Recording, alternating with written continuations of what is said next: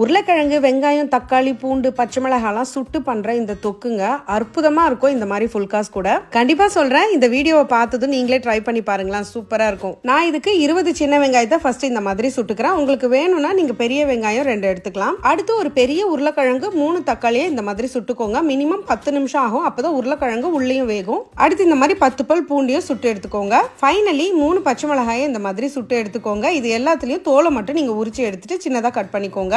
இதெல்லாம் ரொம்ப வேலைங்கன்னு நினைச்சு நீங்க சும்மா வதக்குனீங்கன்னா கண்டிப்பா இதோட டேஸ்ட் கிடைக்காது. அம்மிக்கல் வச்சிருந்தாலும் சரி, உரல் வச்சிருந்தாலும் சரி, இல்ல இந்த மாதிரி இடிக்கல் வச்சிருந்தாலும் சரி, கொஞ்சம் கொஞ்சமா உள்ள சேர்த்து 1/2 டீஸ்பூன் கல்லுப்பு சேர்த்து இந்த மாதிரி கடைஞ்சு எடுத்துருங்க. கடாய் இல்லைன்னா இந்த மாதிரி குழியான தோசைக்கல்ல ஒரு கரண்டி எண்ணெய் ஊத்தி கடுகு, சீரகம், கருவேப்பிலை போட்டு தாளிச்சிருங்க. இப்ப கடைஞ்சு எடுத்துக்கிறத உள்ள சேர்த்துட்டு 1/2 டீஸ்பூன் மஞ்சத்தூள், 1 டீஸ்பூன் காஷ்மீரி மிளகாய் தூள் சேர்த்து நல்லா வதக்கிக்கோங்க. உங்களுக்கு உப்பு பத்தலைன்னா இன்னும் கூட சேர்த்துக்கலாம். எண்ணெயில ஒரு 4 நிமிஷம் வதக்கின பிறகு கரிஞ்சிராம இருக்கிறதுக்காக கொஞ்சமா மட்டும் தண்ணி சேர்த்துக்கோங்க.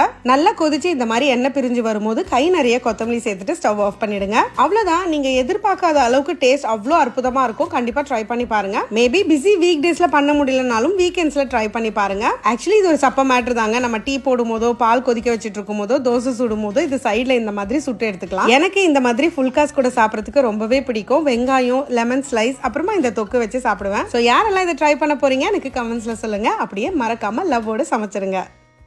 எப்படி